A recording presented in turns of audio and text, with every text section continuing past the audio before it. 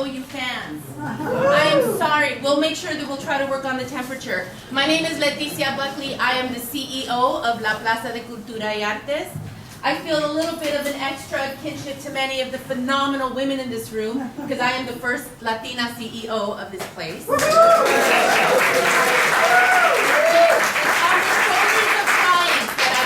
And we are filled with a room of giants. So I am so pleased and honored to be here with all of you. Thank you for adjusting. It rained. We were supposed to be outside. So see, this is why. We wouldn't have put you in here if it hadn't been raining. But we figured it'd be better to be cozy than to be wet. So thank you for your patience. Thank you for your understanding. Welcome to La Plaza de Cultura y Artes. How many of you, well, actually y'all have probably been here many times to the exhibit, but who's the first time that you've been here? My second time. Oh my gosh, that's amazing. Welcome, welcome, welcome. Had you walked through the gallery in the exhibit of 18th and Grand? Yes. Pretty amazing, right?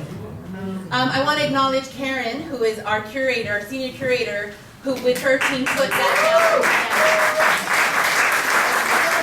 And Steve DeBro, who many of you know, and he'll also be here in a second, and Gina Aguilera, who were our co-curators on that exhibit. When somebody told me about this exhibit, I was like, well, wait a minute, inboxing all men, what's up with that? And it's like, wait, roller derby, Eileen Eaton. It's like, oh, that's right. This only happened because of women. Sorry, gentlemen. Sorry, gentlemen. And I will say, I'm born and raised in Los Angeles. I tell the story often that my dad, who came to this country in the 50s from Guadalajara, really Tijuana, but then up into Los Angeles, was at the Olympic Auditorium watching boxing in the 70s. He talks about avoiding getting hit, and again, this was in the early 70s, avoiding getting hit, but then 40 years later, I'm in the parking lot listening to Rage Against the Machine for concerts, right? The Olympic Auditorium has such a deep connection to all of us, and it is the perfect place for La Plaza to be hosting you all and this exhibit. La Plaza is a place where we center the history of Mexican and Mexican Americans in Los Angeles. We celebrate all Latinx people and all Latino culture. So thank you. And so it's wonderful to have you here. It's such a privilege. I'm going to get out of the way, turn it over to Gary. But please come back often. Happy to give you a personal tour, though Karen and her team would be much better at it. But you are welcome at all times. So, and we do have multi-generational programming, exhibits. We've got salsa dancing. We have family days. We got a little bit of everything. So, please, I hope to see you all back here again soon. Thank you. Enjoy. Thank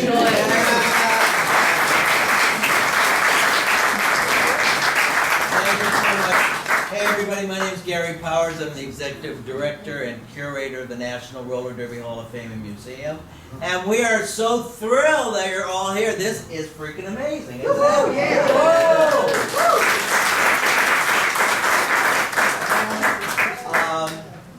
I was a fan starting back in 1967 when Honey was a big star of the LA T-Birds, and Diane was just starting out, and Larry was new, and Darlene was already a legend. By the way, this is Diane Severson, one of our new inductees.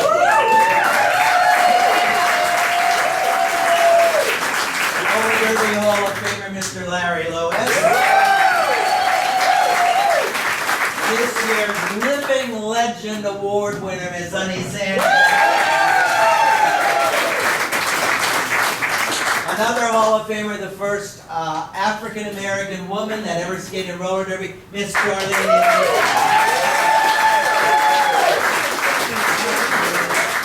And again, I became a fan in 1967, and then I started watching all these videos, and I saw this guy skating on TV, and he was so fast, people said he passed people by accident. Another roller derby Hall of Famer, Mr. George Copeland.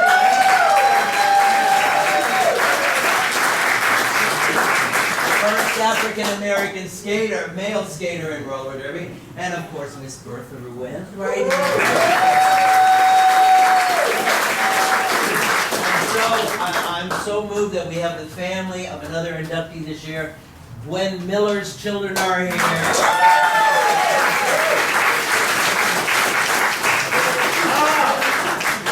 We have a whole busload of another new inductee, Miss Tony Tapp.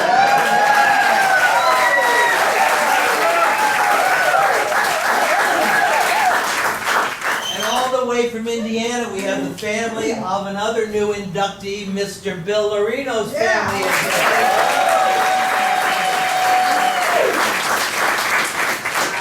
So, as I said, I became a fan in 1967 when I was a little boy in Pennsylvania. I always tell this story, and I hope some of you know it. But a couple of years after I started watching roller derby was good versus evil, right? It was like the good guys, they were getting pounded by the bad guys, and somehow the good guys always figured out a way to come back and win and survive.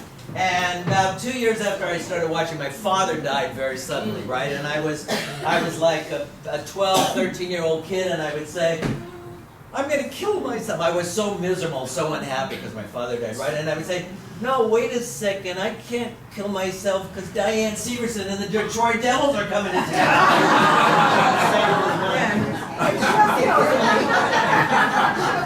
Yeah, so I feel so indebted to these skaters. I mean, they literally saved my life, and they did the same for so many other people. I mean, roller derby was this incredible thing. It was sport, it was entertainment, and you know, I always say in the 1950s, it was the first sport where women played by the same rules as the men, right?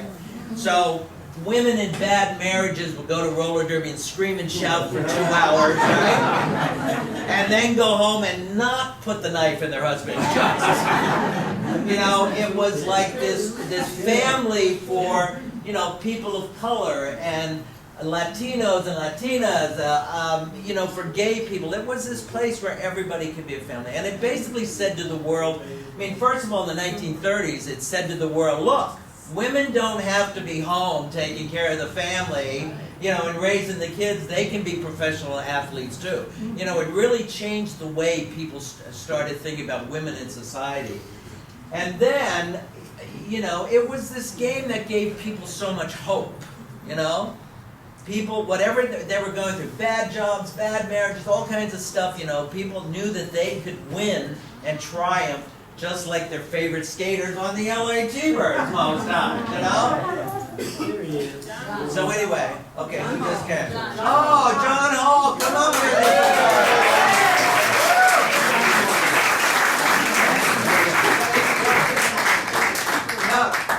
Here we go. Another roller derby Hall of Famer, former general manager of the Los Angeles Thunderbirds, coach of the Detroit Devils, Mr. John Hall.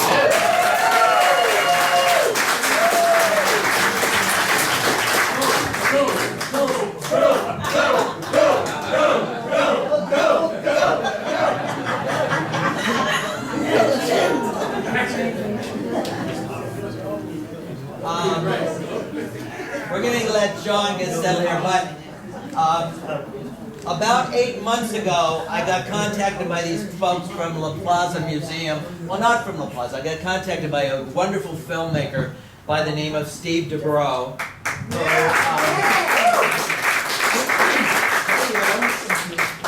I'm glad you found these guys here.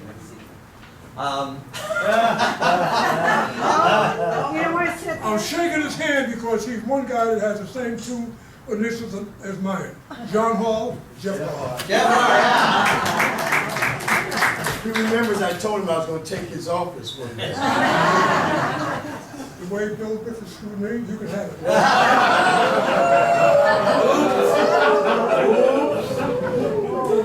Uh-oh. But anyway, so Steve Dubrow, this great filmmaker, contacted me and said that they were doing this exhibit about, he did this movie about the Olympic Auditorium, right? 18th and Grand. If you haven't seen it, it's an incredible, incredible documentary. And he and curator Karen Cruz came up to my home and went through my collection and brought things in. And it's so wonderful that roller derby was remembered as being a part of the Olympic Auditorium. So this year, the National Roller Derby Hall of Fame is giving a special All-Star Award. Here we go to Steve Dubrow. Where are you back in the game? Oh, Steve Dubrow, hi. And also to the incredible curator, Karen Cruz.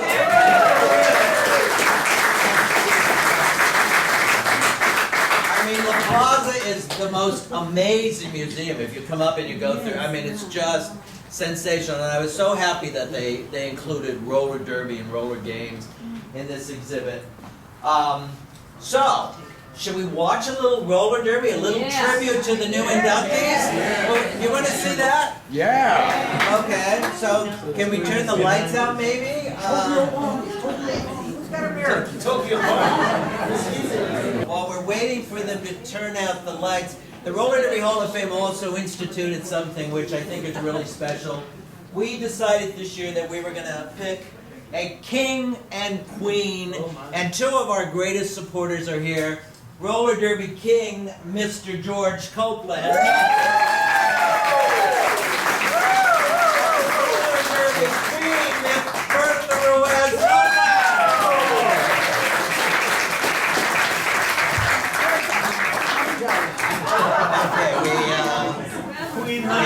We ready? Okay, let's do this.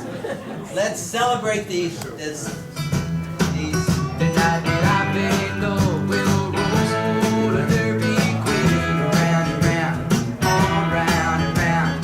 Neatest Uncle Woman that anybody ever seen. Down in the arena, she's 5'6", 215. Each blind bomber with a streak of mean. Roller Derby's Hall of Fame opened in 1952 with the induction of Johnny Rosasco and Josephine Ma Bogash. Over the next 21 years, another 19 skaters became members until the Hall of Fame closed in December of 1973.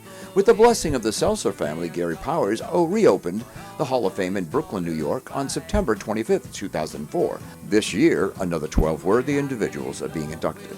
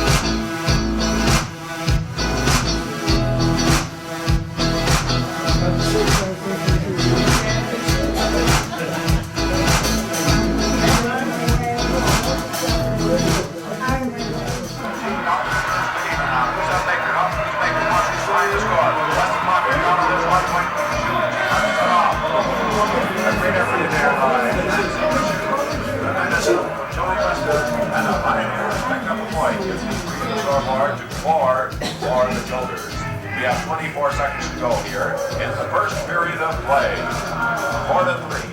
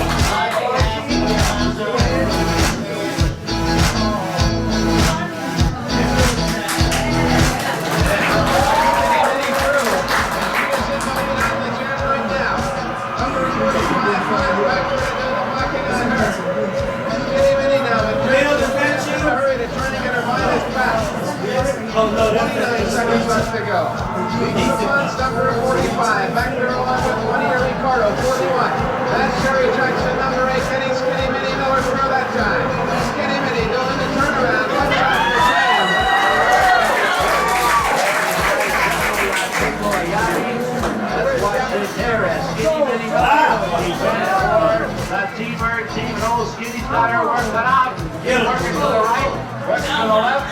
That's wonderful.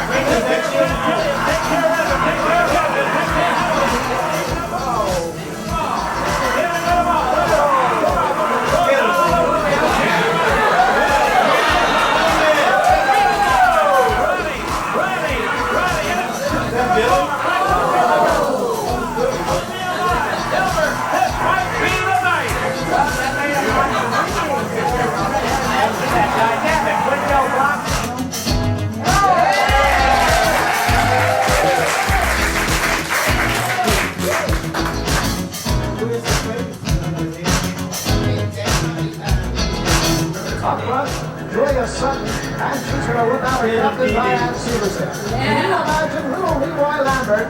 Well, I'll tell you, he thinks little Yolanda Rickens, and Rickens won't even look at him the second time. But little Leroy. Okay, Severson now, and there's Hamilton up there. Severson going down, and the lead captain, Diane Severson. Now, Julia.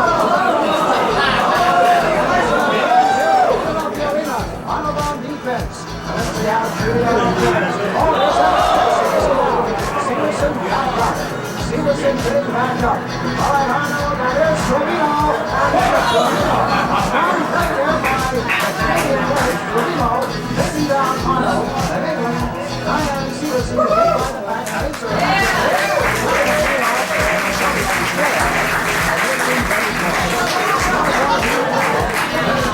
and the Warriors still.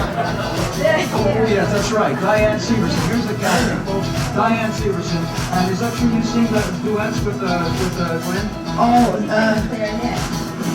good, straight, it's a flute. No, yeah, I do a little bit. That's why I guard my lips. I thought you played drum. We all have a few things we have to do to keep ourselves occupied in the time that we've been traveling all across Canada trying to bring our games to all the cities. And Gwen sings in her pastime, and Michelle reads astrology, and I play my flute. And We're talking about traveling around tonight. We're going to be in Plattsburgh. Right, In the new you've read it. Memorial Auditorium. I believe there'll be even more action than what the people saw tonight, because it's getting hot and heavy. We're getting It colder and certainly colder. is. Diane, it's been great talking to all the girls. I'm sure you've been happy to meet them. We'll see.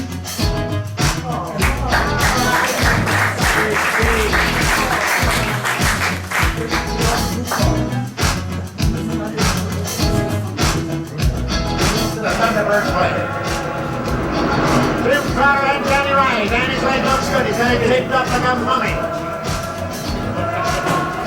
There you go. Somebody, Crowder.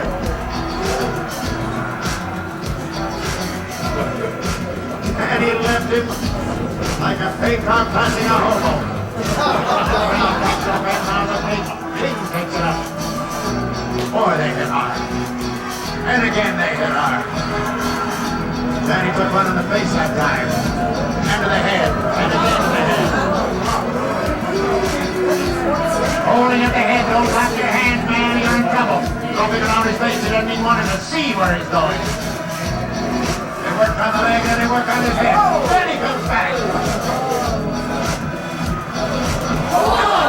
Again. Here comes Big John Johnson, but he's a little late. Get away. Danny Riley's down again. Boy, that hurts me. And I know it hurts the Thunderbirds. And Thunderbird fans as well.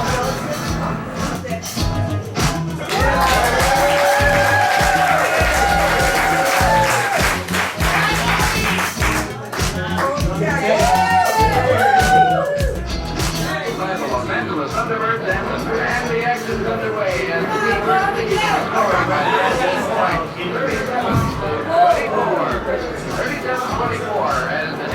underway here. Tony Tang having dumped Terry Lynch and taken over the leading jump position all by herself. Tony Tang, number 27. The girls' captain for the Detroit Devils. And the Detroit Devils are attired in their usual red and white striped jerseys and red uniforms. The T-Birds in their white jerseys with blue uniforms trimmed with red and white. And a double block being set up by Liz Hernandez and Terry Lynch now. Tony Tang, 27 coming in, trying to break that. She gets a little bit of advice from Adeline Hawker, her assistant. Gentle Annie, good run point, give a whip to Tony Tang. She tries to break the double block. She does it. It's twice she's under the door. She throws a three and she gets by Carmen Gomez. She gets by Ramona Solitario. One point she picks up a big score and calls it off. Okay, and there's Tony Tang up the end. Triple her teeth, that's Terry Lynch. Terry Lynch on one side. Terry Lynch is number 6. She's the girls' captain for the Los Angeles Thunderbirds. Liz Hernandez, her assistant, number 4 on the left. And Tony Tang right in the middle.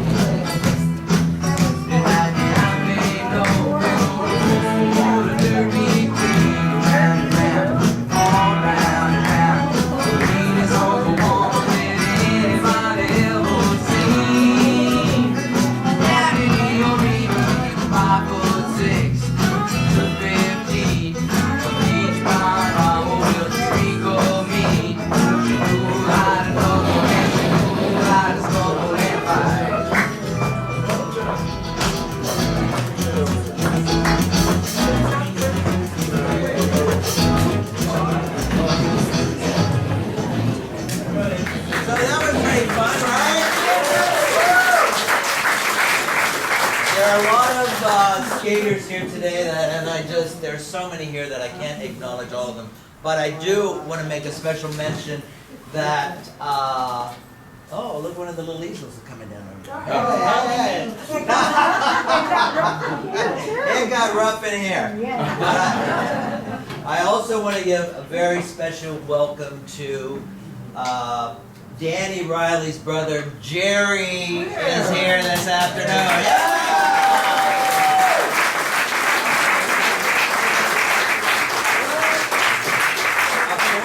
Former T-Bird. So,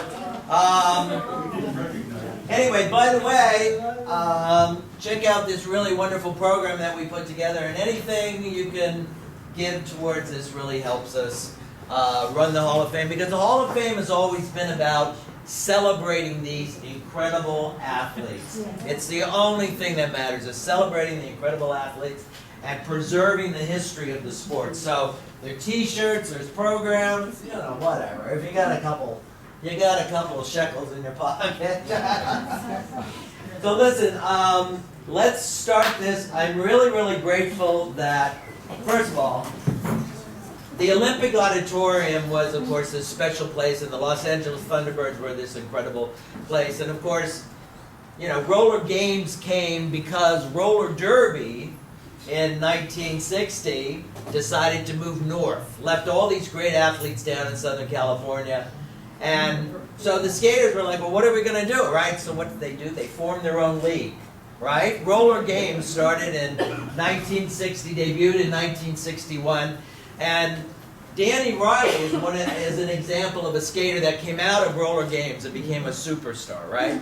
Another one who became a superstar was this tiny little gal from Los Angeles, right?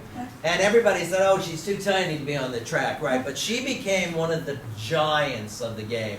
She skated in Los Angeles with the Thunderbirds. They called her Skinny Minnie because she would, Elmer Anderson, the announcer, would always say, he'd say, oh, here comes Skinny Minnie Miller. She looks like she's advertising for a famine.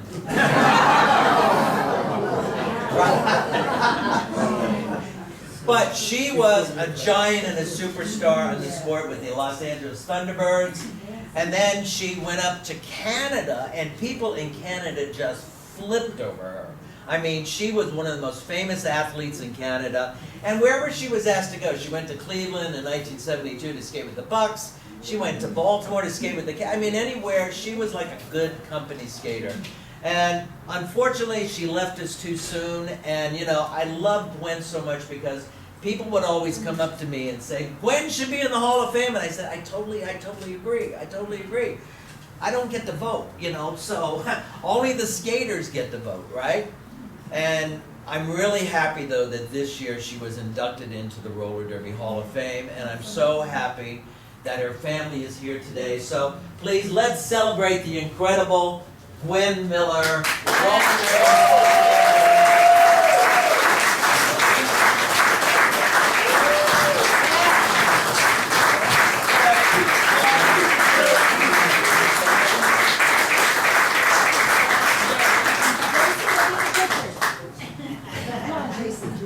Come on, Jason. Come on, Jackie. Come on, Bob. Yeah. There you go. Bob.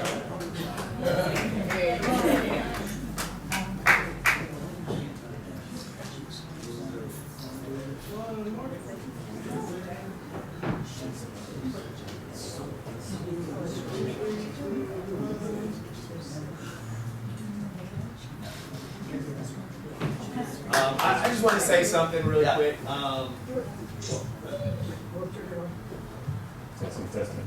There you go. Okay. I just want to say something. We really appreciate everything that you guys have done. I know my mother, this was one of the major things that she really wanted. She always talked about it, and so we really want to thank you all for inducting her into the Hall of Fame. And also just a little bit of us. You all know us. I remember growing up with half of you, going through the trains in Canada and running around everywhere in New York and everything. So it's the flights. It's just a big, huge family, and we're so happy and so pleased that she can be honored today. And we want to thank you from the bottom of our hearts.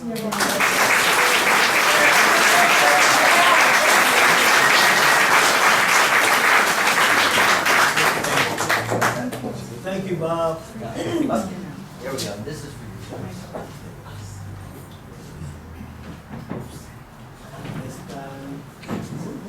I know, I tell ya. Let's see here. Okay, so this guy, a new inductee this year, came out of Chicago. You know, a lot of skaters come out of Chicago, right?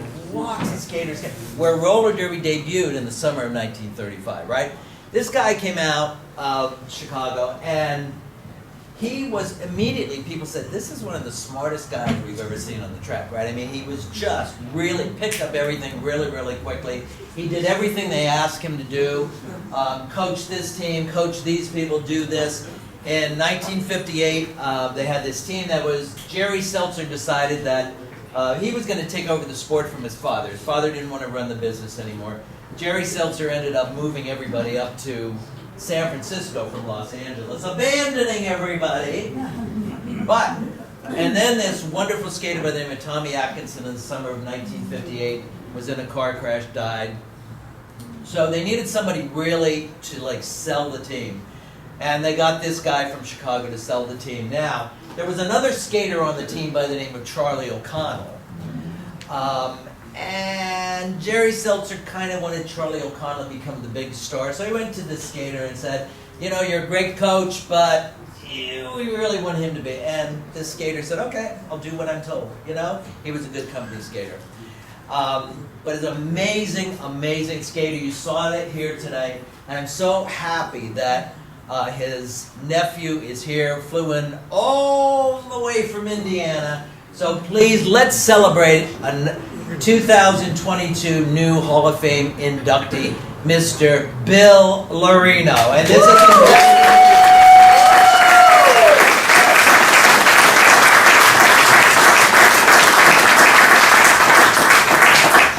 is his nephew Nick, all the way from Indiana. Everybody who loves this sport loved your uncle. He was just the best. So, yeah.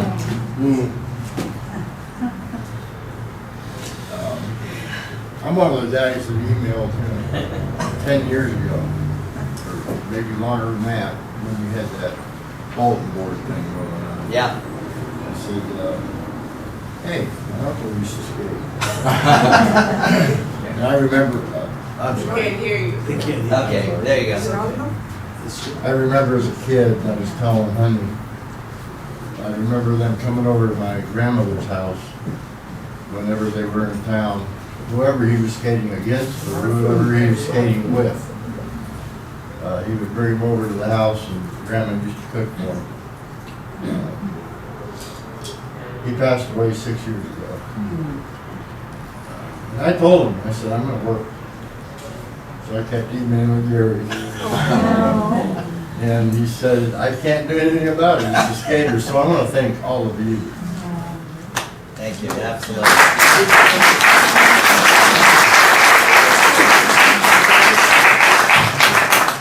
Yes, I want to say something about Bill Lorino. Yes, ma'am. Okay? You're nice. When he would train, when he would train us, mostly when anybody would train us, at the end they would say 10 laps. And they hold on, and we go 10 laps really fast. Okay? Whoever had the energy. So then when Bill Lorino was training us, he'd go like this, which means 10 laps. But we would only go 8 laps, because he was missing 2 fingers.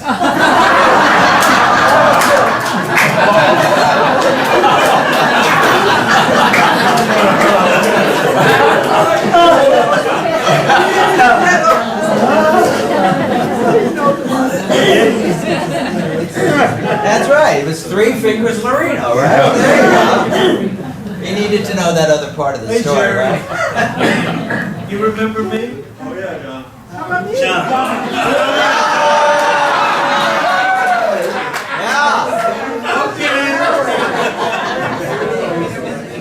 Well, this is a good moment because, again, you know, the original roller derby league, everybody thought, oh, the roller derby league is like the best, you know, blah, blah, blah, roller games. But of course, all those skaters in roller games were the ones that had made roller derby so great. So this skater comes in the summer of 1963. This kid comes out of high school, right? And he is just so good. I mean, he's athletic and he's powerful and he's strong. Oh, there we go. Good, yeah. And there he is, right there. And we're in number 8. Yeah. Oh, Danny. And then, right before he turned 18 years old, his coach Ralph Valadares and Honey went off to Australia. And they said, we're going to make Danny Riley the coach of the team. At 18 years old, right? And people just loved him. He was like, he had such a personality. And then, of course, but they used to send him to the East Coast to skate red, you know, be a bad guy, right? Ah, with Carmen here. Carmen, yeah. And Danny loved skating red. So they said to him in 1971, they said, we're going to start this team in Cleveland, and we need somebody to head the team. Would you go and like lead this team called the Cleveland Bucks? And he did. He went to Cleveland, led the Cleveland Bucks with you, Gwen. I mean, and then what they did in the summer, so he did his diligence, he did his thing, right? And then what they did was they said, we're going to give you your own team. And it was called the Western Renegades, but everybody called it Riley's Renegades, right? And they were like, I mean, Danny was one of these people that he just knew how to sell the race, right? He knew how to sell the match race. He made fans go crazy. They hated him. But the thing was that he was such a great athlete. I mean, he was amazing. You saw in that video, I mean, he was just a phenomenal athlete. So I'm so pleased that his niece Erin came here today and that his brother Jerry is here. But I'm so thrilled that we're able now to induct Danny Riley into the Roller Derby Hall of Fame.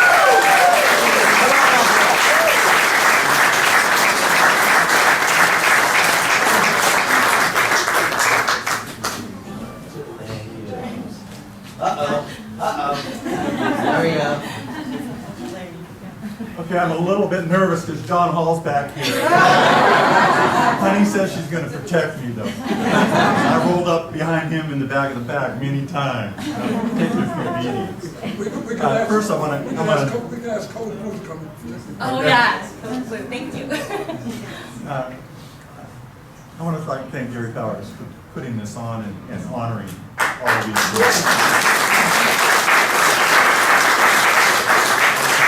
Erin, my daughter, she skated roller derby in Orange County, and she's the one that really went to Gary and said, "Hey, how about Danny Riley? How about my uncle?" You know.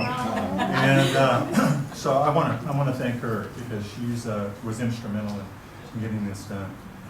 If Danny was here, he would be so honored. He was a character. He was a great athlete, and I miss him.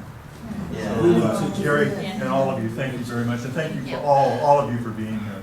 Thank We're you. very honored.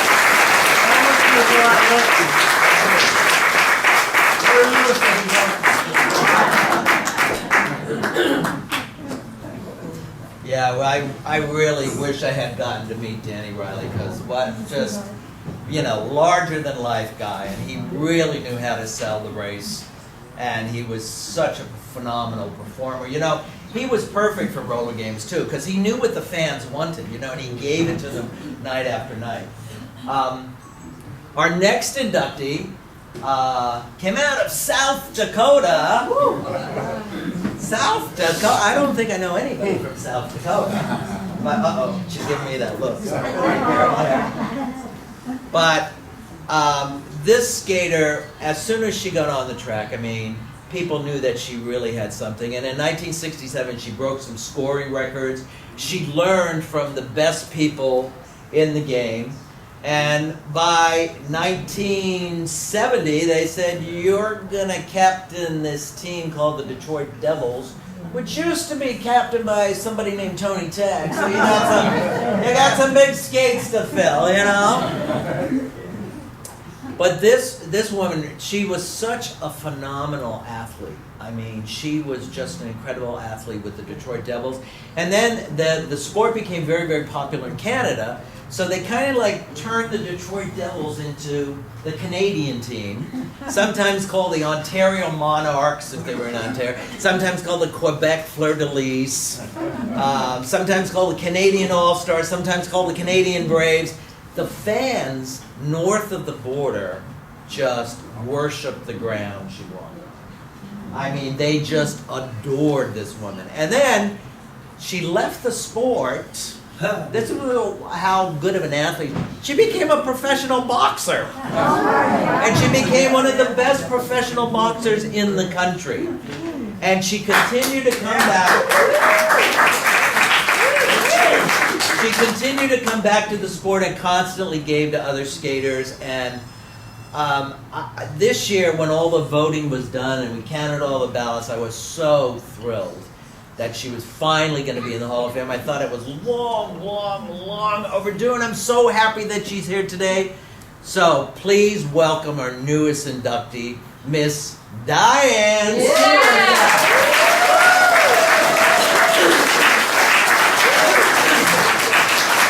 And this is yours. Thank you. Quite an honor. Thank you. So go ahead.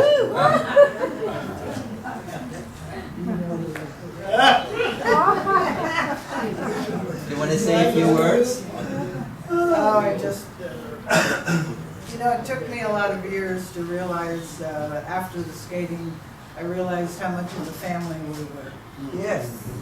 So I just want to say hello to the family and I love y'all.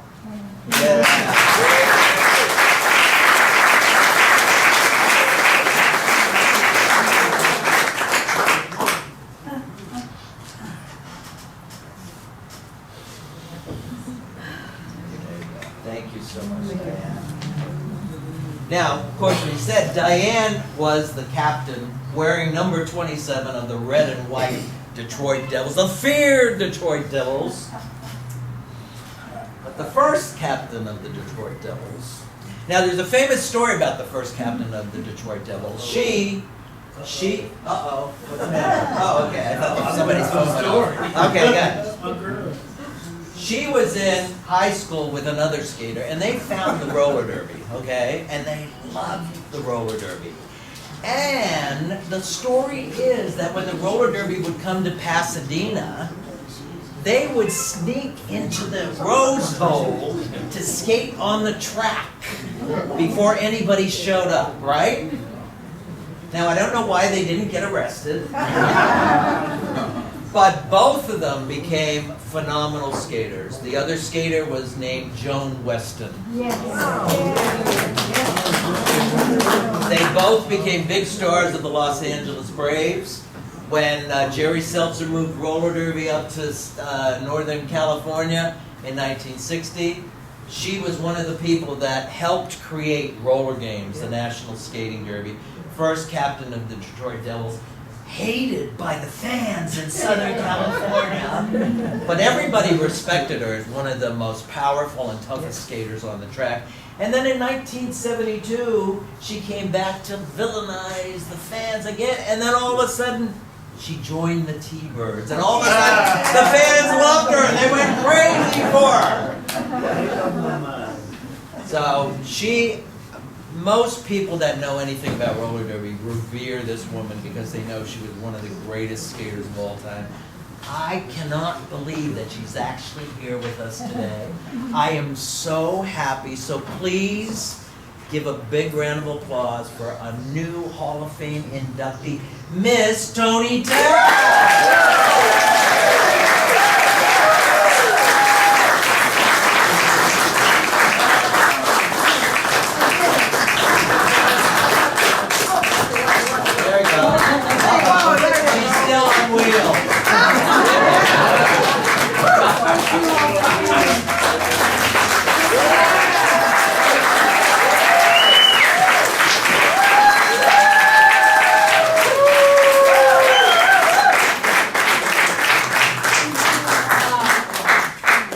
These were the coach and the captain of the Detroit Devils in the early 90s. Ricky, get this rich.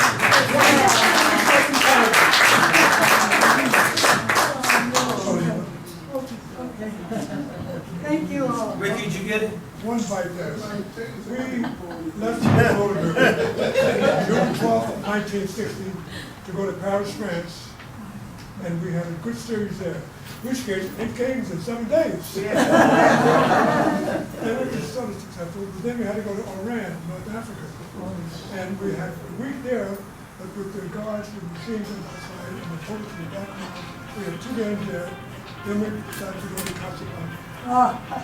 We went by train, and we had to stop at a border station. And there was no girl in the team. And she started teasing those guys with machine guns, which kind of language. Toni made that skater come out. It's scared. It's still coming out. Thank you, Toni. Thank you. Thank you for saving me.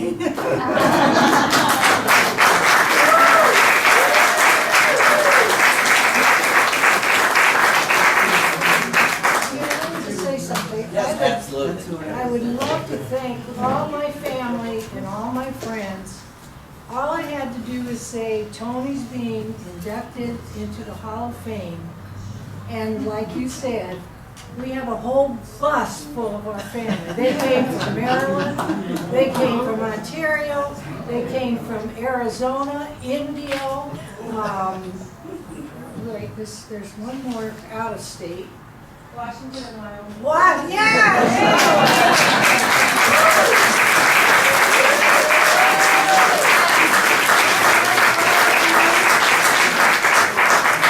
You know, Christy, and thank you so much for coming out for Toni. She's very shy. She's very, very shy. And so for her to even get up here to thank everybody is something really special. Thank you so much.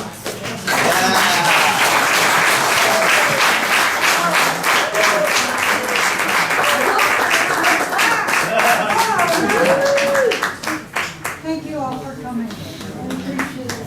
I'm glad you. It's about time, too.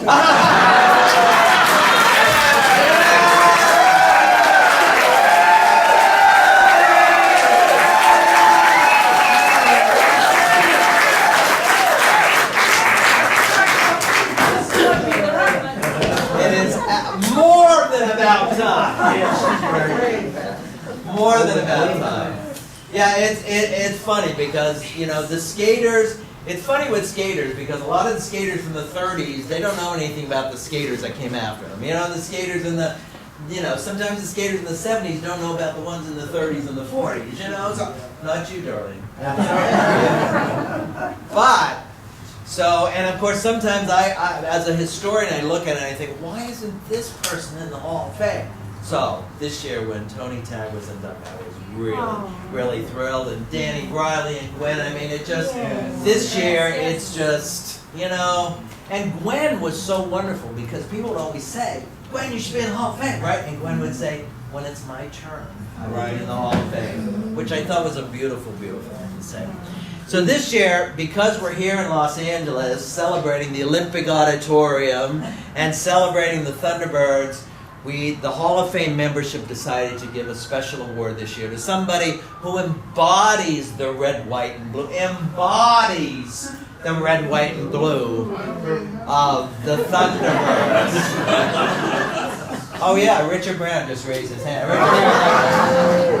Sorry, right. Okay, sorry. Okay. That's cute, Richard. This woman embodies the red, white, and blue of the Hall of Fame. But she was right there in the beginning. I mean, she came. You know, the funny thing about Honey is, Honey said that when she came to Los Angeles, she started watching roller derby TV right around the time when roller derby came to Los Angeles, and she saw this little guy on TV, this little Guatemalan guy, and she said to her family, she said, I'm gonna marry him. And she did. And they were the darlings of roller derby, Mr. and Mrs. Ralph Valadares. I mean, they did everything for the sport. They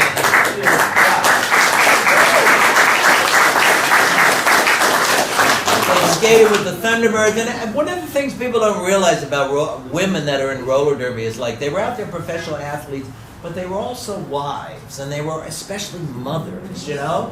And the thing about Honey is she didn't give a shit about that skating stuff. She cared about her kids. That's what was most important to her, you know? And Honey did everything that was asked her. She was in Australia with the Thunderbirds in '66 and '67. At one time they wanted her to go back east and skate for John Parker's Northern Hawks. She did that. You know, and she has been really keeping roller derby, the spirit of it, alive for the past 4 decades. Yeah. And so we are thrilled that she's here with us, and we are thrilled that this Living Legend Award is being presented to Miss Honey Sanchez.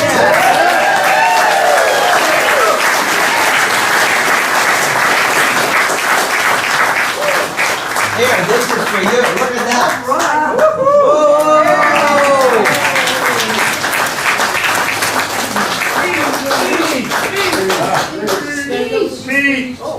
Big. English or Spanish? You know, it's really true about Ralphie. I used to watch him on TV, and I told my family, I'm gonna marry him. Yeah, sure, yeah. So sure enough, I started skating, and of course, even before I started skating, I'd sit in the front row, and on TV night, Billy Bolgash would bring around and stop right in front of me, and they would tell me, Ralphie likes you. Oh my God, I would just melt, you know? So anyways, we did end up getting married because they went outlaw. Tony Tag knows about the outlaw. That's when they quit the roller derby and became on our own, really. We didn't have a name. Did we have a name? I can't remember. I don't know either. But, and then he was over there, and then Shirley Hartman got punched in the jaw. And her jaw was broken by Mary Dyer. So then Ralphie calls me on the phone and says, honey, we need a skater. So I said, well, I don't know if my mom would let me go. I'm only 17. Well, let me talk to her. So he talks to my mom. He goes, Senora, all in Spanish. Then he says, I'll take care of her. Don't worry, blah, blah. Because my mother says, she's only 17. Don't worry, I'll take care of her. Sure enough, I went over there, we got married. That's the story. Thank you so much.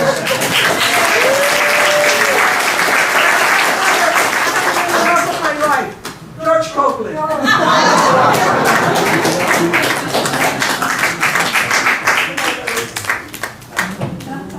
And of course, can't leave John a lot of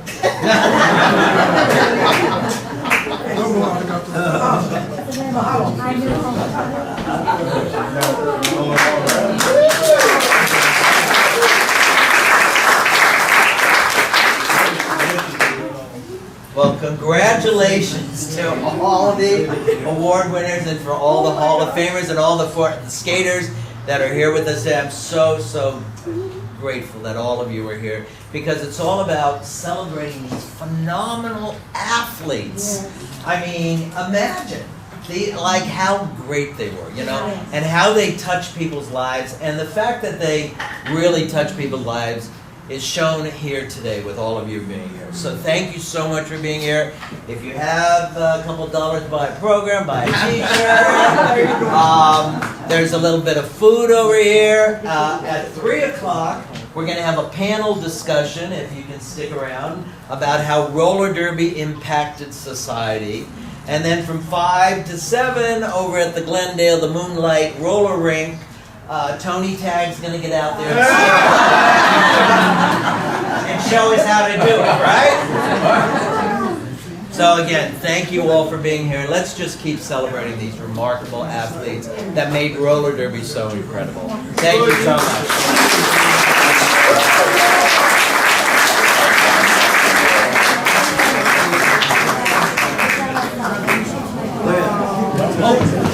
Yeah.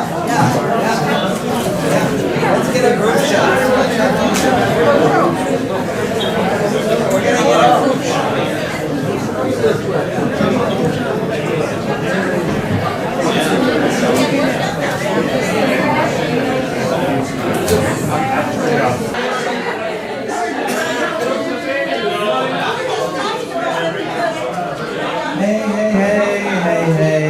Hey, that's Honey Sanchez on the jam. Give her a whip.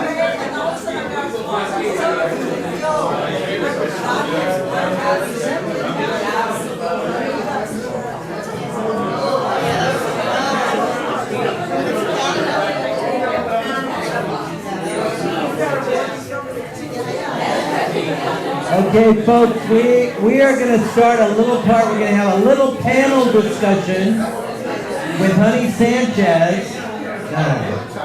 Come over here, Honey. Honey, have a seat.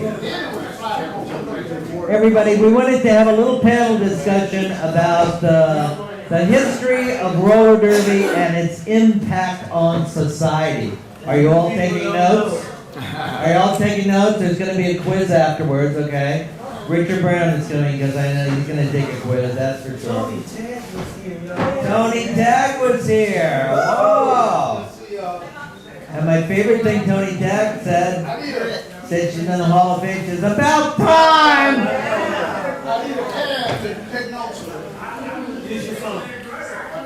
Okay, so when roller derby came to Los Angeles in Southern California roller derby first came to Southern California in 1938, but it also then made a presence here in Leo Seltzer, who invented roller derby. Basically, he was like a one-man show trying to make it work, and then of course it was on TV, and it got overexposed on TV in the late 1940s. So Leo kind of got screwed by a lot of people, and Leo just basically said, I'm out of here, okay? So he moves everything to the West Coast, to Los Angeles, and the Chicago Westerner team basically became the Los Angeles Braves, and they found a brand new market in Southern California.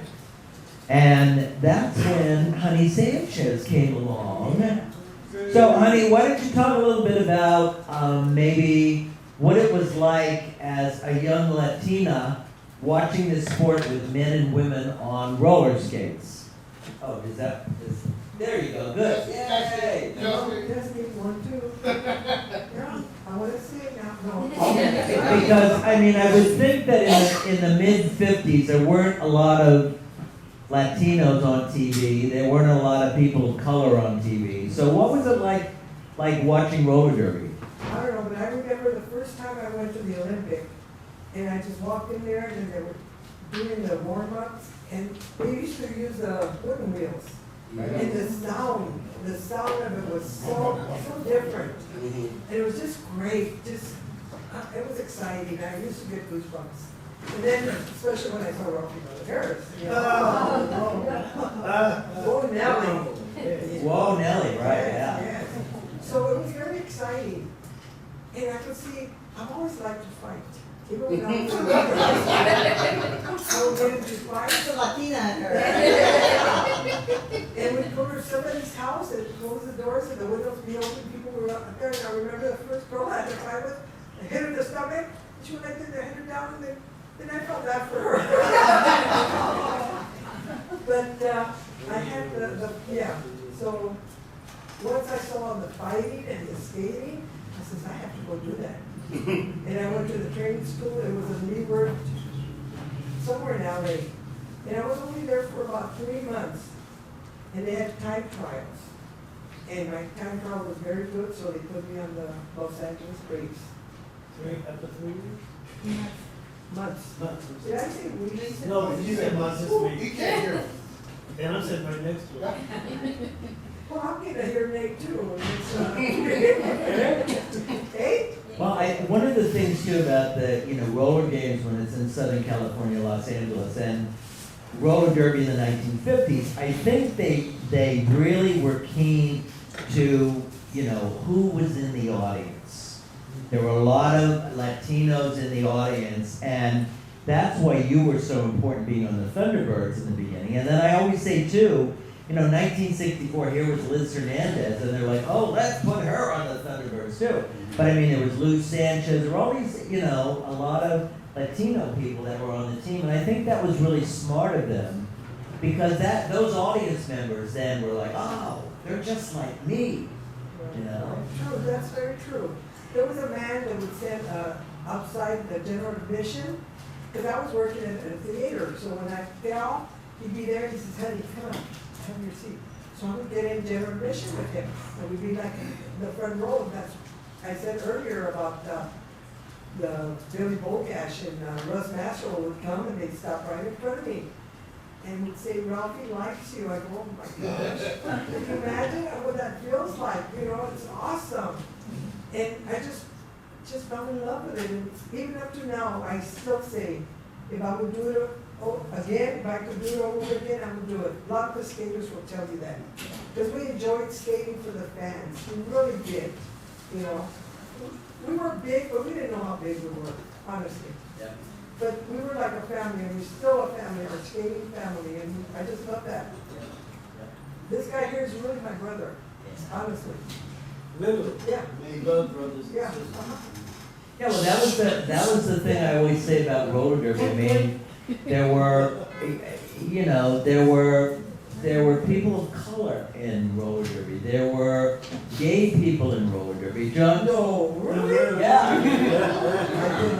But John, maybe you can talk a little bit about being one of the first African American skaters, what it was like, and how you were embraced by all these people. John don't fall in love with me. Wake up, John. I have to think, We back are in the 50s, there was only one Negro American in roller derby. And I forget his name. No. It was Herbie Plummer. No, Plummer, his name. Herbie Plummer, yeah. He didn't last long, he didn't like it, and I think he became a referee himself. But then, in the 50s, in the mid-50s, thereafter, it was the birth of something new, something the fans had never seen before, something that I admired greatly, and I still call him #1 in my book. A fellow named George Copeland was put on the LA Braves, and he taught a lot of people what skating was really about. He taught people what a Negro American was truly like, because despite our color, George gravitated to everybody. He gravitated to the Mexicans, to the Negro, the blacks, or the Indians, and to the whites. He was a man for all nationalities. And I, to this day, am still proud of my friendship with George, and I love him like a brother. And my memories will always be of him being the first star Negro skater. Absolutely, and George was kind of hungry, so he had to leave. George was kind of hungry. Now, but talk a little bit, Larry, about what that was like for you as a, I mean, you came along when you were what, 13 years old out there? 12. Boy. 63? Yeah. Okay. Yeah. And He was our skateboard. yes, he was. Yes, he was. And if I remember the story correctly, Dave Pound's Wine Warriors were in town. 73? 63. And they were, a couple of their skaters didn't show up. So Dave Pound, the coach, went to Red Smart, who was the Thunderbirds coach, and said, we've seen Larry skate out there, let's just have Larry skate in the team. And what were you, 13, 14? 13 years old. And they're like, and Red's, he's only 13, we can't. But Dave convinced Red that Larry would skate. And talk a little bit about what that was like, Larry, as a 13-year-old. That was exciting. It was. I was scared, but I wasn't nervous. Because I knew everybody. I was a skateboard, so it wasn't anything. I was just nervous about skating. But had you ever trained? I'm sorry. Had you ever trained with them? With them? Yeah. No. No I training. only trained with you guys. Huh? From skate boy to on the track. Yeah. I didn't But no, train. you We just trained. at the training school. Oh. And the jet league, we had that. Yeah, well, I had that before I was skateboarding. Yeah. I was on the jet league, Yeah, the teacher's pet. She was asking. Maybe unlikable.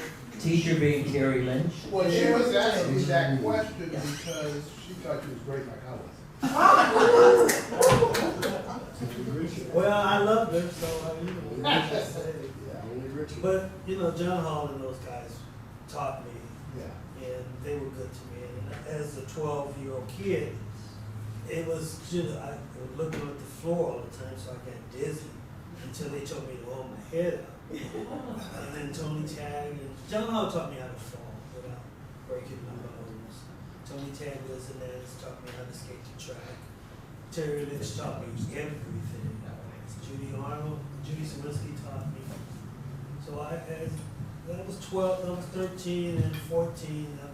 I was really starting to skate on teams. I was still skateboarding, but when somebody didn't show up, they would put me in a uniform. And then they put him on the Detroit Devils. When John broke his neck.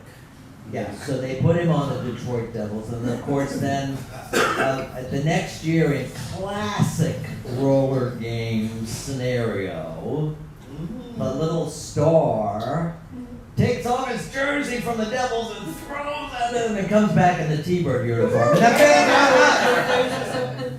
Were you there? No, I wasn't. You were in the hospital. I wasn't there for that, but I was accused of letting him go off my team, the Detroit Devils, who were going to Australia. That's right. I went out and brought a whole new wardrobe, mind you, a week He prior. says, John, how can you let it had nothing to do with it? Bill Griffiths wants you on the T-Birds.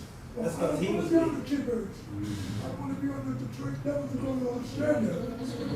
He still blames me for that. I was only 15 years old. I wanted to go.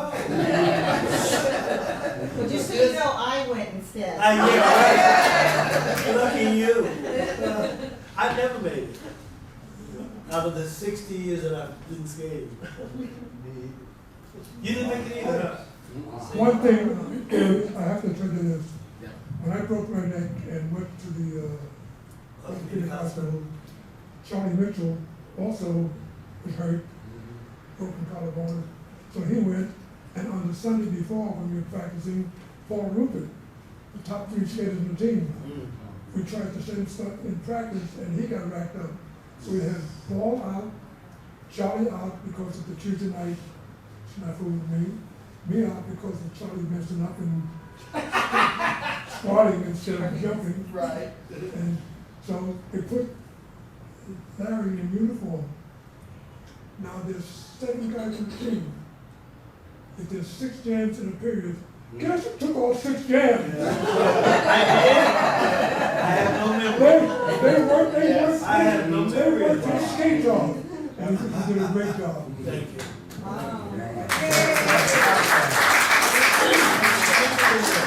So what John is talking about for some of you, that before the games, when the Detroit Devils would come out for the warm-ups, they did this thing before the game where one skater would start speeding in one direction and another skater would be speeding in another direction, and then they would come together and one of the skaters would scoot down and the other one would jump over. Question, John, who was supposed to lead? Charlie. Was it Charlie? Charlie was supposed to. Because you were going the opposite way. Right. We started out from the line. Okay. Charlie going the regular way, me going the opposite way. We passed each other one time. Right. And the first pass, just to make sure that Charlie, who was a brain surgeon, Charlie, I just went, you up, me down. Oh, God. Oh, So we're coming on full speed, yeah. And of course, me down, I squat. Charlie somehow got the instructions mixed up, and he squatted. But at the last minute, oh, I'm supposed to jump. Yeah, that's what broke his neck. John broke his neck, yeah. That's what broke his neck. Yeah. I was at the hospital the next day, though. Yeah, I remember when I first went in there and seen That's that. the thing. Yeah, that same man beat down. Yeah. The doctors and nurses heard some colorful language. I'm sure they did. What happened? Charlie, you changed. So one of the greatest skaters in the history of roller games is out of action with a broken neck, right? But a testament to John Hall, he reinvented himself and became the infield manager, eventually the dastardly infield manager of the Detroit Devils, trying to destroy the Thunderbirds. And then in 1968 World Series, the T-Birds, of course, were supposed to win. Do you remember this, honey? Yeah, and somebody named Leroy Gonzalez. Leroy Gonzalez was on John's team, and Leroy decided, nah, the T-Birds aren't going to win. And kind of screwed everything up for everybody. And of course, John always tells this story. The bosses called Leroy and John into the office, and they're like, oh, they're gonna, all hell's gonna be paid here, right? And what happened to John? They said, John, you're gonna go to the T-Birds. That was my punishment. But of course, for true fans, the fact that Leroy did that, I mean, how cool was that, right? Yeah. It wasn't surprising though. I skated a different game those days. Yeah. You do what you have to do in the eyes of the fan. Yes. And Leroy did what he should have done. And of course, so the T-Birds are here in Los Angeles. I mean, they're the premier team. I mean, everybody loves the Thunderbirds in Los Angeles. And then there's this team in Hawaii called the Warriors. And they're not skating full time because, I mean, it's an island. It's a much smaller market. And of course, in the summer of 1967, they send the Thunderbirds superstar jammer, not you, but Richard Brown. They send Richard Brown to the Warriors, and then they decide they're going to move. The guy who was running roller games at the time was a promoter by the name of Jerry Hill. a very, very astute guy, and he had noticed that roller derby had played in Camden, New Jersey in February 1967 in the middle of the winter, and they sold out a bunch of games, right? And he was like, there's a market there, right? So they moved the Warriors from Hawaii to Philadelphia, moved them to the Delaware Valley, and it wasn't really successful at first. I mean, it was kind of like, but then, and Honey came in. They were going to close after the end of that first session. Yeah. I mean, it was. But Jerry Hill wouldn't let them. Yep. No, That was smart. Honey came in, and Ralphie came in, and the traveling T-Birds, you know, and but the Warriors turned into one of the most. They had Captain Judy Arnold and Buddy Atkinson Jr. Turned into one of the greatest franchises in the history of the sport, and one of the people that came out of that was Jeff Hart. And so, Jeff, why don't you tell us a little bit about what it was like in Philadelphia at the time when the Warriors were there, when you first started watching them? Because Jeff is a real historian of the sport too. Jeff knows so much about the game before the Warriors. Thank you, Derek. Thank you, Derek, for saying that. Because when these guys were sitting here talking about George Copeland and Herbert Milk Plummer, and I knew about all those guys. I knew about, I grew up on Derby. That's the first thing I should tell you. I grew up watching Derby as opposed to games. And I remember watching television. My brother, who was 6 years older than me, had a lot of influence about what I did. He had already put down his foot, we're going to be skaters. We were already skating every Sunday as children. And then we were ice skating on Saturdays. So, you know, skating was in my world. And when he said that, he said, we're going to be the first two black guys, brothers, on the same team. Because we knew of DeWitt Quarles and Lester Quarles, but they weren't on the same team.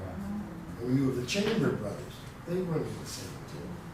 So that was the key. We're going to be, Neil, Tommy, yeah. We're going to be on the same team. So that's what Rick, right? Remember, I'm only 8, and he's 6 years older than me. And he's giving me these instructions. I always listen to my brother, just like I listen to this big brother. And, you know, DeWitt Quarles was the greatest in those skates to me, skating on the Bay Bombers. You know, and then I'm watching Woodbury, Cliff Butler, and they're on the Cardinals, Ronnie Robinson and Pete Boyd and Ronnie Robinson, Pete Boyd, and Lester on the New York Chiefs. So I can tell you all the black skaters and where they were. Dorothy Lee, San Francisco Bay Bombers. You know, Sandy Calloway, Cardinals. J.J. Burton, Pioneers. I said Dorothy, yeah. And those were just a few black skaters that I took notice of whenever they were on the track. So when you talk about, with Honey, about the Latinos, that's the truth. Even in television, and the anchors, etc., that you watch, they look at the demographics. And that's what you build on. If there's a bunch of blacks, in Philadelphia now, there's not a newscast that you cannot watch that there's not a black anchor sitting at the table. We're 46% African American in the city. Out here, you have Latinos. Bill was smart there. With all the fluke ups that he made, that was one of the good things. That was one of the good things that he recognized early on as a promoter. But Bill Griffiths was a promoter, and so he recognized, you know, you play to the demographics. For me, it was exciting when I saw George Copeland come in and skate against Charlie O'Connor. There was the brother with a pivot helmet on up front. And then, lo and behold, here comes Darlene Anderson. And Darlene is wearing the pivot helmet going against Joni. For me, as a kid, I was like, yes, I'm all for it. I'm all for it. You know, and so that, it has a great impact. We had a great impact, and I heard you mention, I know you and I have spoken about this before, when you're talking about roller games, roller derby, sort of had an eclectic acceptance of people in general. And I think we were ahead of our society. We were ahead of their society. Blacks, I mean, I'm not saying there wasn't some racism. Please don't take that, don't think of it like that. But I'm saying there were blacks getting along with whites, and the whites and the blacks were sort of accepting. Then we were accepting the gays. You see what I'm saying? We were way ahead than the Latinos. We all were there together. Then they brought in the Japanese, and we all were just blending. You know what I mean? We were all blending in together. And if you know anything about when we got off the track, we'd go to parties or go to a bar or something, and everybody would run to the bar with whichever group. Oh, we're going to the Latino. Okay. You know, we're going to the brothers. All right. No, we're going to the white bar. Okay.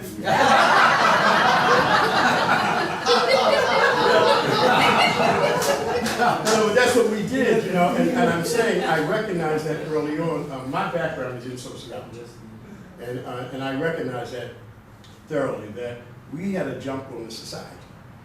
We were acceptance of one another more so than still today. I mean, so, you know, we had that jump, and that was one of the great impacts for me personally. But I think for most of us who skated, so we probably can get along with any and everybody, where the country is still struggling. Yeah. You know, that's the sad part, but I think so. I think it was more part because of necessity.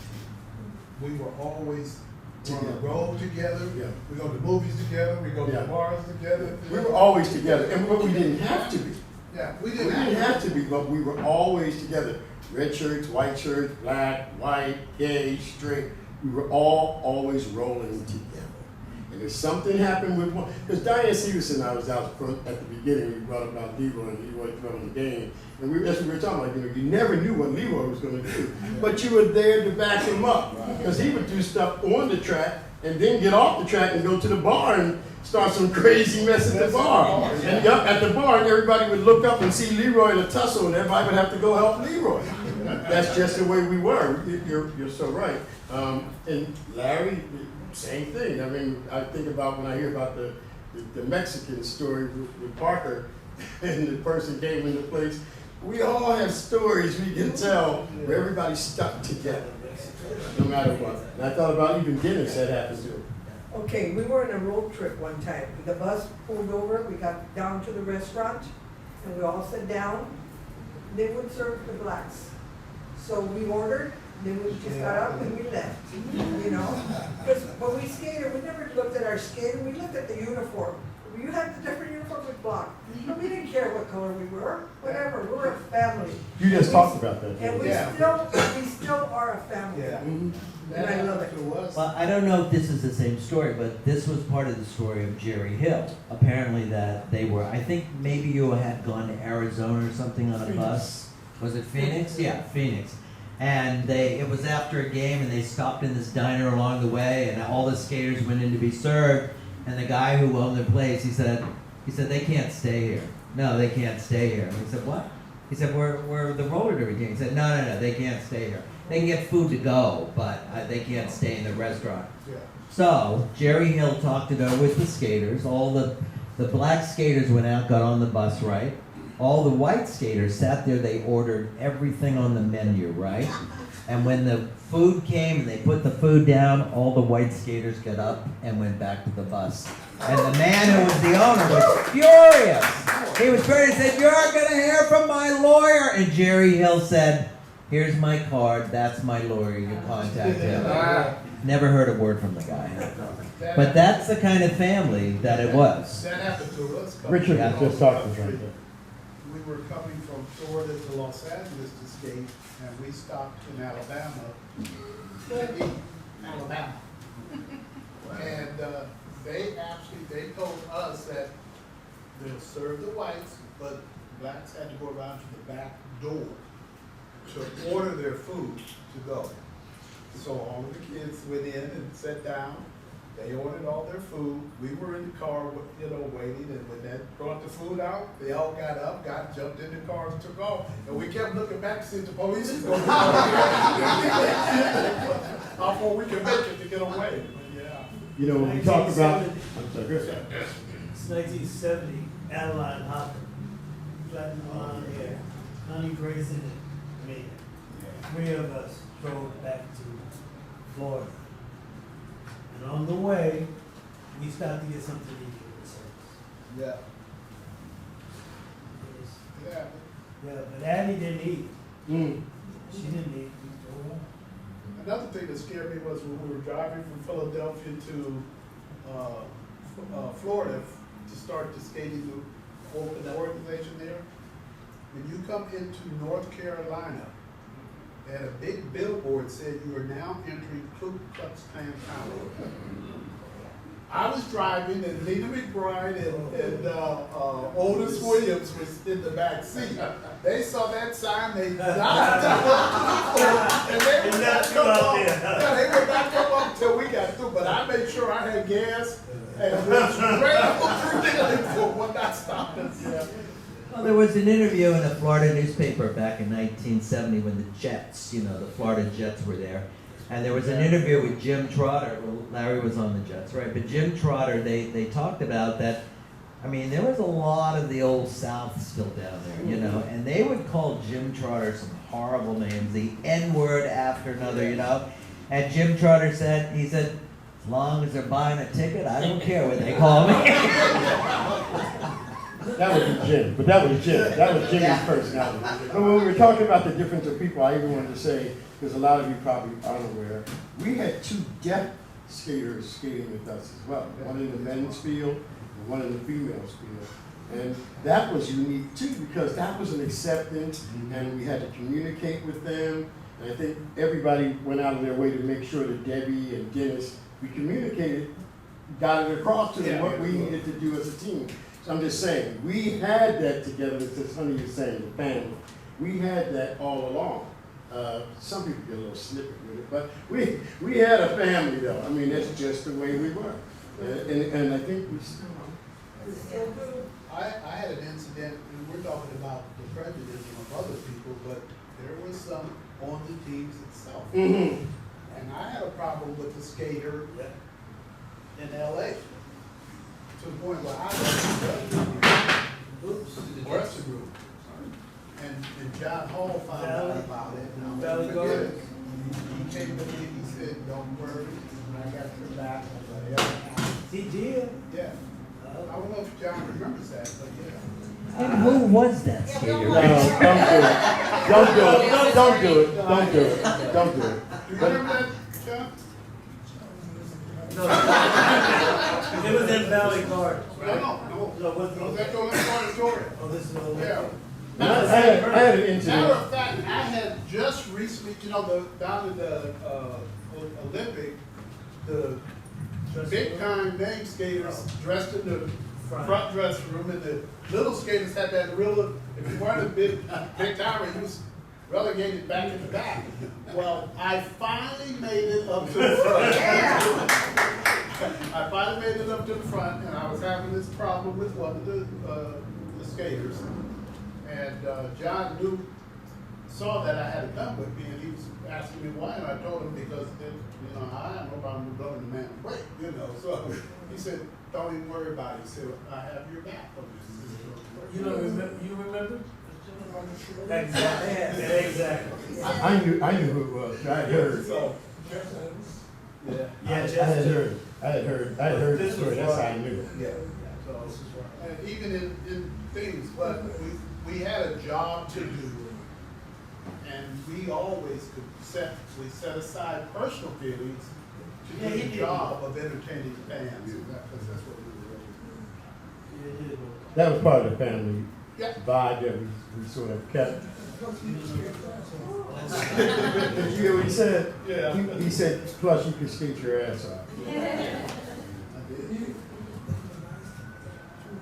Jeff Adams is a personal friend of mine.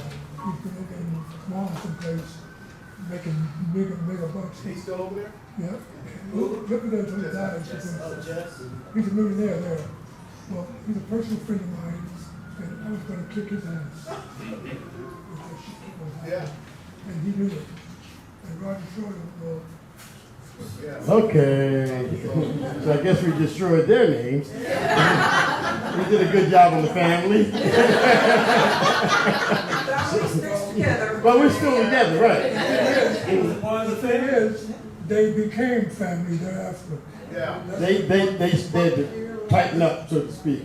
But Roller Games was very, very smart about the way they handled all that stuff. For instance, in Philadelphia. I mean, there's Richard Brown, who was this giant star, of the team, and they knew what the audience was. They knew who was in that audience. So now the Warriors are become so successful. They're skating down Baltimore, Washington, and so they're going to create this new team, the Cats, right?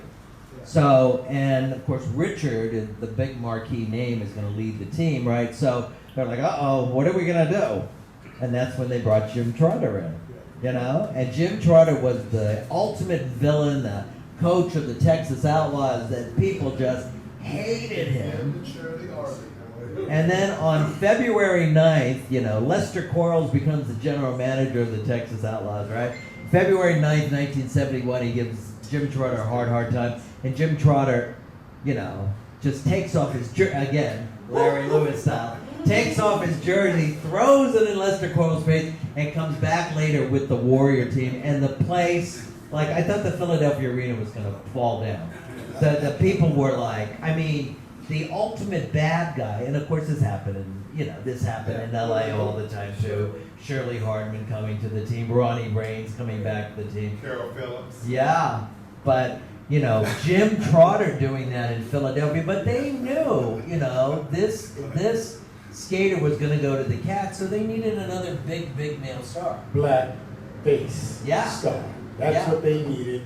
But Trotter had sort of been talking back and forth with Griffith about coming over in the first place, because they knew there should be a black coach in that city, because it was very clear when you looked out in the audience of the Philadelphia Arena, 90% of the Well, of course, as the historian and the curator, right? So I want to always kind of get the story behind the story, right? I want to know how it really happened, right? So I saw Jim Trotter a year ago, Memorial Day. I went to visit him in Florida.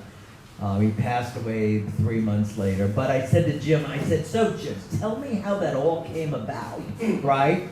And he said, well, Lester Quarles took over the team. And he was giving me a hard, and I said, no. I want to know what really happened. He's like, Lester Quarles took over the team. He was not going to tell me that. He was sticking to the story because he knew I was a little fan, and he was not going to tell me the truth. But you knew, and we knew, and it was a great move. It was a good move on Griffith's part. And John probably was in there talking some smack. But they also brought, the Warriors had this, the whitest of the white stars, Judy Arnold, who we all love, Judy, but blonde, very white, right? And then they brought Roberta Mitchell in, and the fans just, and she was such a great skater. Mm-hmm. Yeah, well, Roberta, but they brought Jim and Roberta in about the same time, and then made them, put them in the same number. They had them coupled together, and most people thought they were, they were married, and that's why they came together. And I always like to hear, one time you were telling the story, you said, nobody seemed to realize that miraculously Trotter came out with a brand new number. He just happened to have a jersey in the locker room. A jersey for him that fit perfectly, and he skates out with this jersey on. And that was the fans we had. Whether they knew or they didn't know.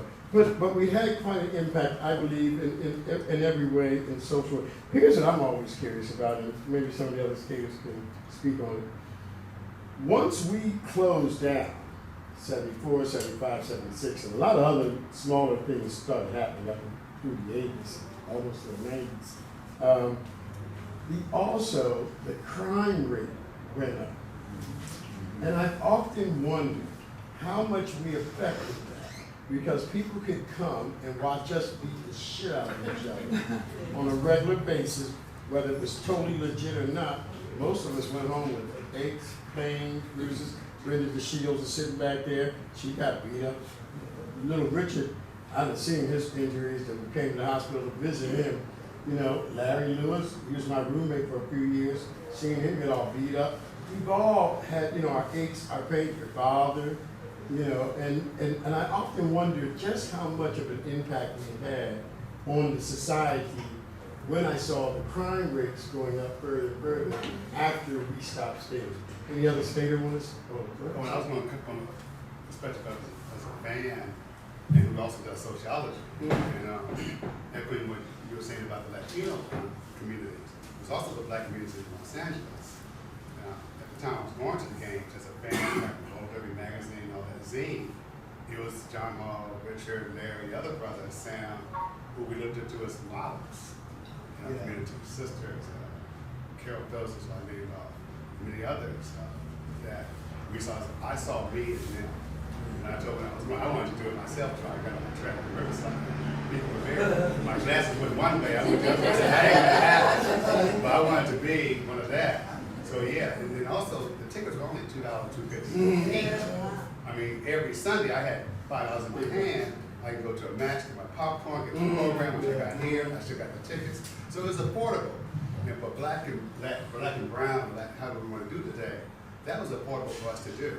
And when that went away, well, you know, it was a whole different thing. So yeah, roller games, roller derby had an impact on communities of color. Definitely on the community of color. Kept me off the streets on Sundays like that. Like, And these guys made it look so easy. And the artistic art. Yeah. It's just that they're villains. Because, you know, I was growing up in Pennsylvania, I went to the roller rink all the time. I was going to become the next Charlie O'Connell. I was going to be a roller derby skater, right? And one night they came to my hometown in a bus from Philadelphia, right? They're skating a game. This gal goes through the uprights. I think her name is Rachel Sarabia. Oh, yes. Right? She goes through the uprights. They take her to the hospital, right?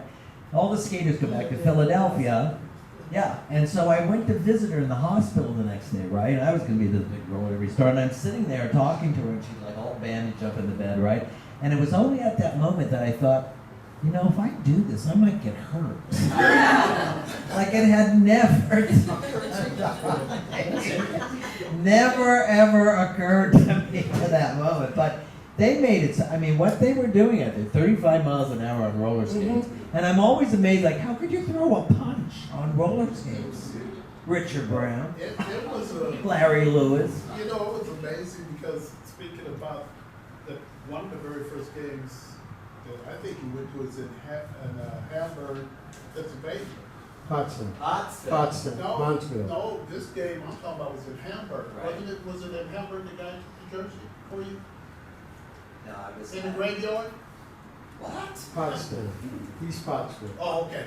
Well, we The did, graveyard? when we skated, it was like the owners, in my mind, used to just have a map on the wall. Right. Go to the door. Yeah. Wherever it landed, if there's any kind of building in there, that's where we'll be skating. So we're pulling up in our cars to this Hamburg Civic Center in the middle of the cemetery. Yeah, the Hamburg, yeah.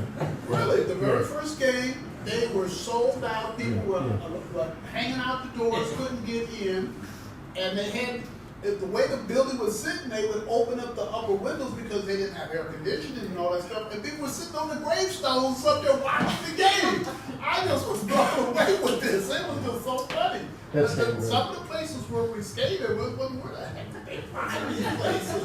Wherever Bill and John and Ralphie could find. Costa Mesa, remember Costa Mesa? The track was a two-stripe. We normally skate on a five-track. The track was a two-stripe track. You went somebody and they're passing you in the next. That's it. That, like you say, we skated in some probably pretty raunchy. I mean, Trenton wasn't all that great. And Camden. I mean, we skated in quite a few places that was tiny.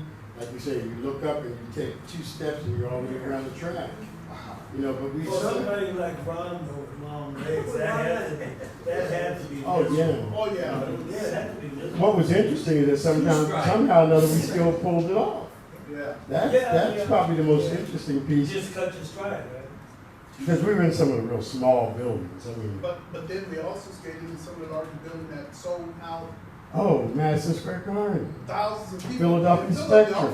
In Philadelphia, we. Well, what I want to ask you is, when you guys skated outside at Comiskey Park? Yeah.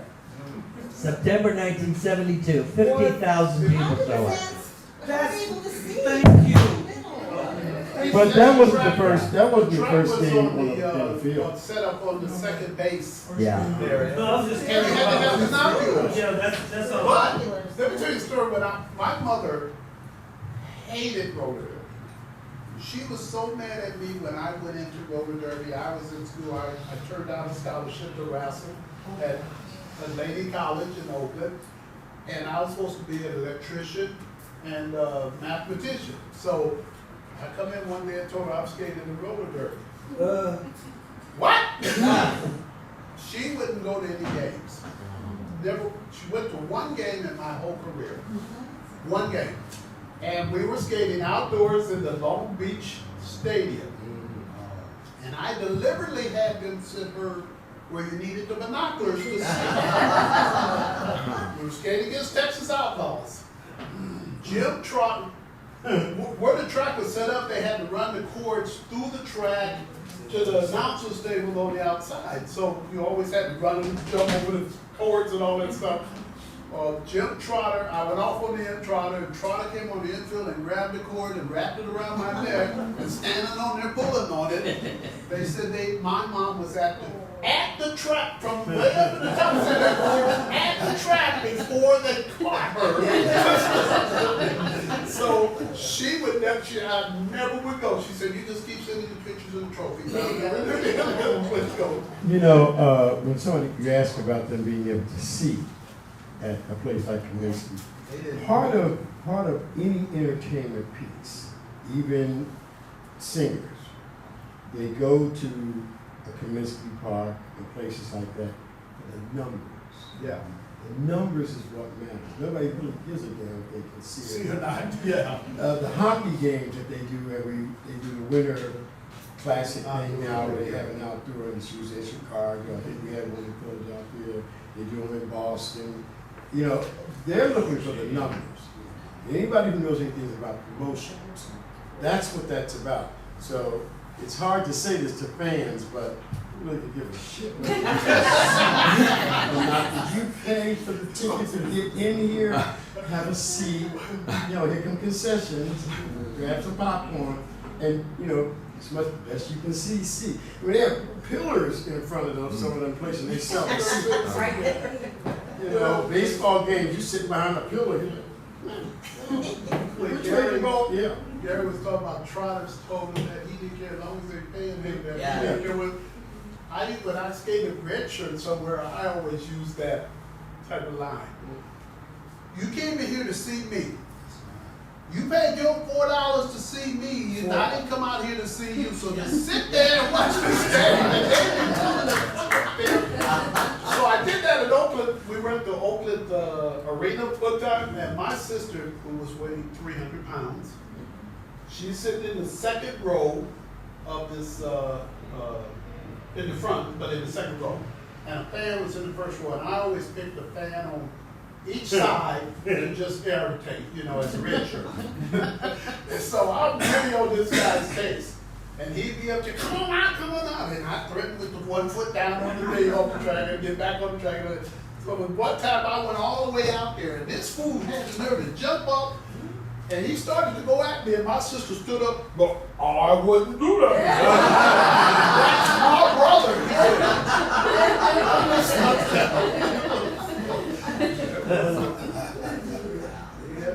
No, there were, you know, fans. I mean, there were, you know, Jan Bello always said somebody came out with a hammer one night, you know, and there was a famous story, I don't know if it was true, but some woman was there at the game one night and got so upset holding her baby, she threw the baby at Tuffy Bersoon, and Tuffy caught the baby.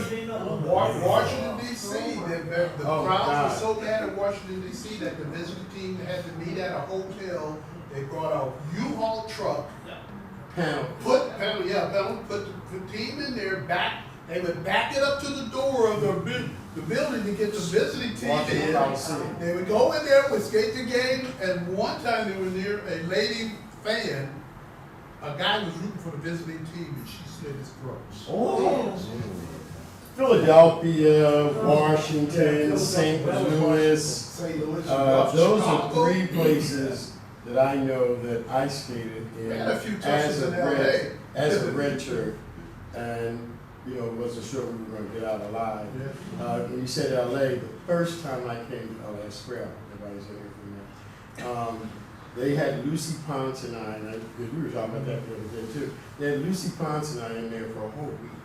Don't ask me why, because we finally got to the game on Friday and Saturday, and we had been there the whole week, just milling around at the swimming pool, just really easy. That's when I went and told him I was going to take his job with the JH on the door.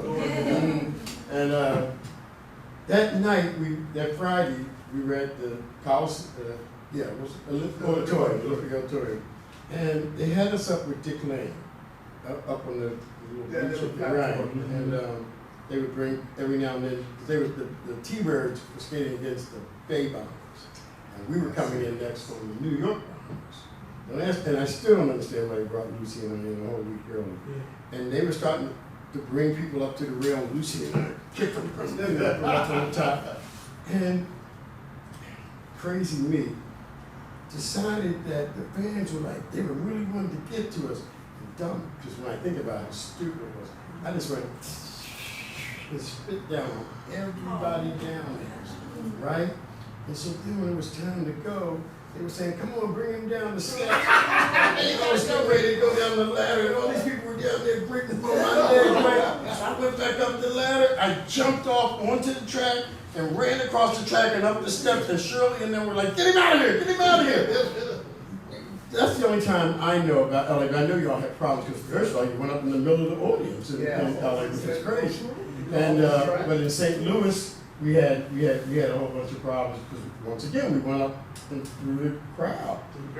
We had to go through the crowd to get to the back. And I remember they busted Jess Adams' head as we were trying to get off the track there.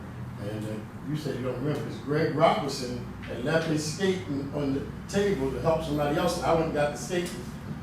Because everybody said, how'd you get through so fast? I just went to you. Don't touch me. I mean, and I had kind of left the line where they were, so everybody was more concentrated on the line. You know, you had to figure it out. And that was just luck. That wasn't anything I had come up with. It was just, I could want to spare the moment. Let's go this way. And this was before the time they were checking like for weapons at the doors. They weren't checking for weapons. People could have brought anything in there, you know? I often think about that. Yeah. They weren't checking for weapons. No. You know.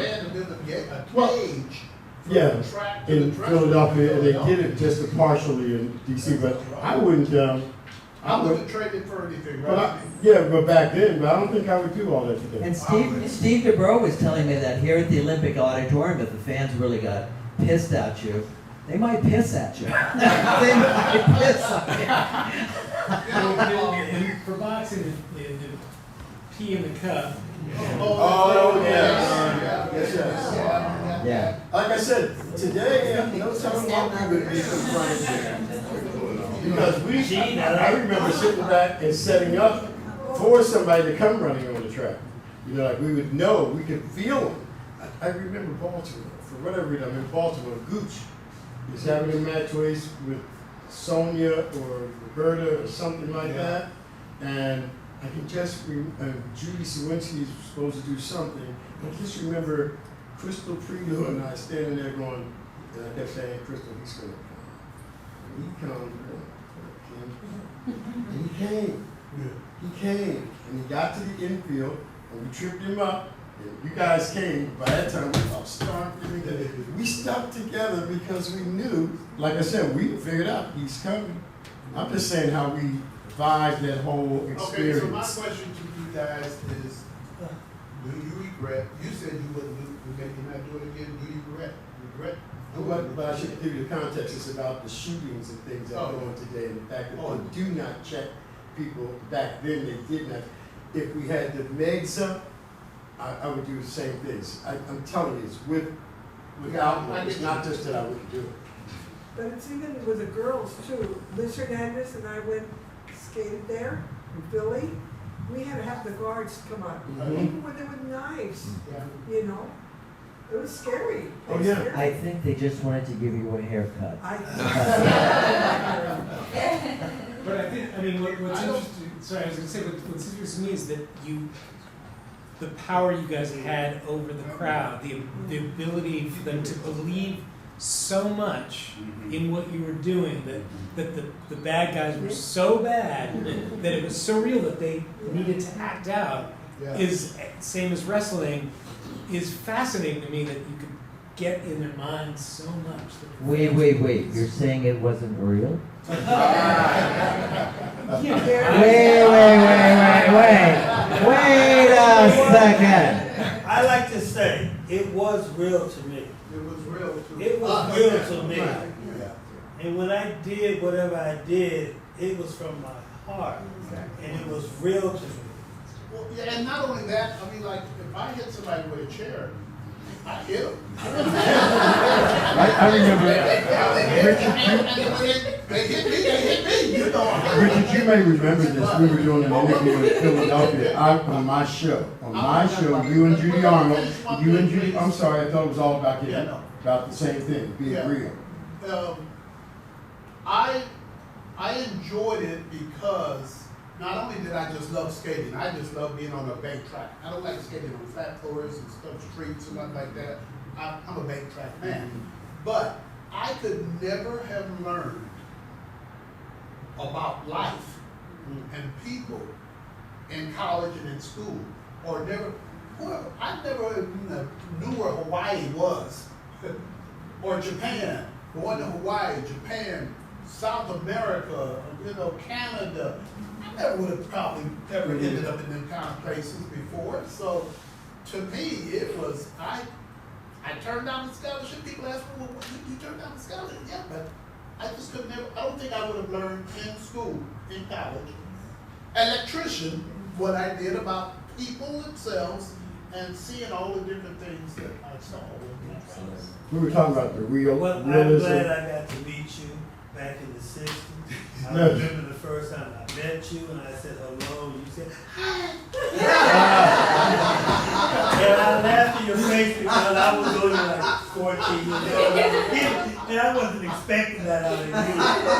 Oh, man. That happened when we first went to color. We were when they were transit from black and white to color TV. They happened to have me and Fletcher Sander on the interview. And we were going to be doing the match race and everything, and they said the guys were out there in the color trucks and all that. And Fletcher Saunders came over, oh, I'm going to ship you over a pine box. You're not going to get me out. Can you imagine? Now, I live in the earphones off his ears. Up front was where your dad and all those guys said, and we all sat in the back. Yeah. So when he came down, when he first came in from San Francisco, and he came in the dress when I think John went through or whatever, and he came back and I was coming through, so it's just a little narrow way. Yeah, and then, we were introducing ourselves. I said, "I'm Larry." I laughed in his face and I didn't mean to. It just caught me off guard because I didn't expect that to come out of that. We've been friends ever since. But Gary, I want to go home. I know that we have to, there's a roller rink thing going on at 5 o'clock, right? At the Moonlight in Glendale, so thank you all for being here. Thank all these wonderful skaters. Wonderful people. Celebrate roller derby every day and these incredible athletes, John So, Hall, I love you. I love all of them, so thank you all. Thank you for what you do. Mary was gonna say something, she raised her hand. No, it was because you guys were talking about it being realistic. I'll never forget, I was just a teenager and I was watching my dad have a match race with my aunt and my uncle. And all of a sudden, it was a match race, and all of a sudden the jersey gets pulled off and they throw him against the rail and he's just bleeding. He lost all his front teeth. Is that how you lost his teeth? Yes. No, I thought Ralphie did that. we pulled, Yeah, we I pulled thought the shirt, Ralphie did. and we were in them. Oh, okay. I think the first punch that Ralphie and I. Yeah. Yeah, we couldn't see. I remember that. See, it was real.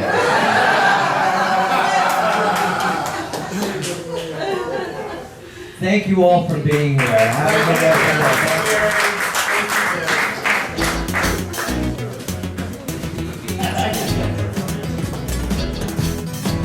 Well, I was just getting ready to get my hat when she caught my eye, and I put it back, and I ordered myself a couple of more shots and beers. The night